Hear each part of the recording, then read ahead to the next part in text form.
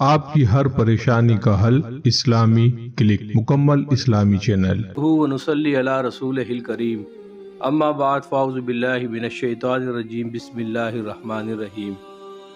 گھنے سیاہ، کالے اور چمکدار بال ہر ہی عورت کا خواب ہے، خصوصاً وہ خواتین جن کے بال کسی وجہ سے بڑھنا رک گئے ہوں، جن کے بالوں کی نشو و نما نہ ہو رہی ہو، جن کے بال ہلکے ہوں، جن کے سر کے اندر گنج پن ظاہر ہو رہا ہو یا سر کی جلد نظر آتی ہو۔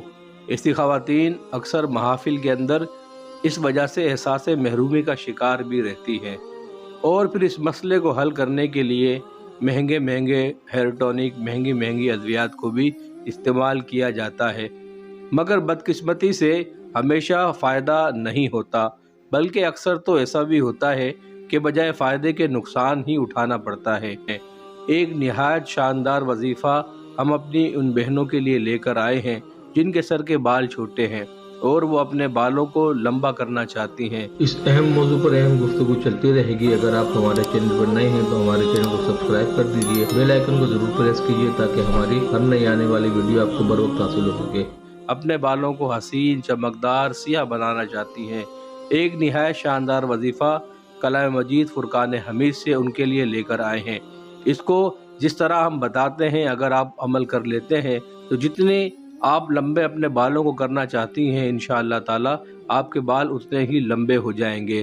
لمبے ہونے کے ساتھ ساتھ آپ کے بالوں میں بے پناہ چمک آ جائے گی، بالوں کی جڑیں مضبوط ہو جائیں گی اور بال نہایت سلکی ہو جائیں گے۔ چلتے ہیں وظیفے کی طرف۔ آپ کسی بھی برتن میں کوئی سا بھی تیل، جو آپ تیل استعمال کرنا چاہیں، اپنی مرضی کا کوئی بھی تیل لے لیجئے۔ اس کے بعد 30ویں پارہ یعنی اما پارہ کی صورت سورہ علم نشرح، سورہ علم نشرح کو اس تیل پر 41 مرتبہ آپ نے پڑھنا ہے۔ کسی بھی بدھ والے دن یہ عمل شروع کرنا ہے۔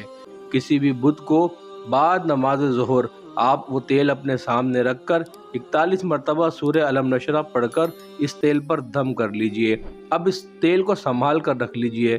روزانہ رات کو سونے سے پہلے تھوڑا سا تیل لے کر ہلکے ہاتھوں کے ساتھ اپنے سر کی جڑوں میں آہستہ آہستہ یہ تیل جذب کیجئے۔ ایک چیز کا خیال رکھنا ہے، جب آپ اپنے بالوں میں تیل لگا رہی ہوں تو محبت کے ساتھ نبی کریم صلی اللہ تعالی علیہ وسلم کی ذات والا پر آپ نے درود لازمی پڑھنا ہے۔ جس قدر محبت کے ساتھ درود پڑھیں گے، جو درود چاہیں آپ پڑھ سکتے ہیں، جو درود آپ کو یاد ہو وہ درود آپ پڑھ سکتے ہیں۔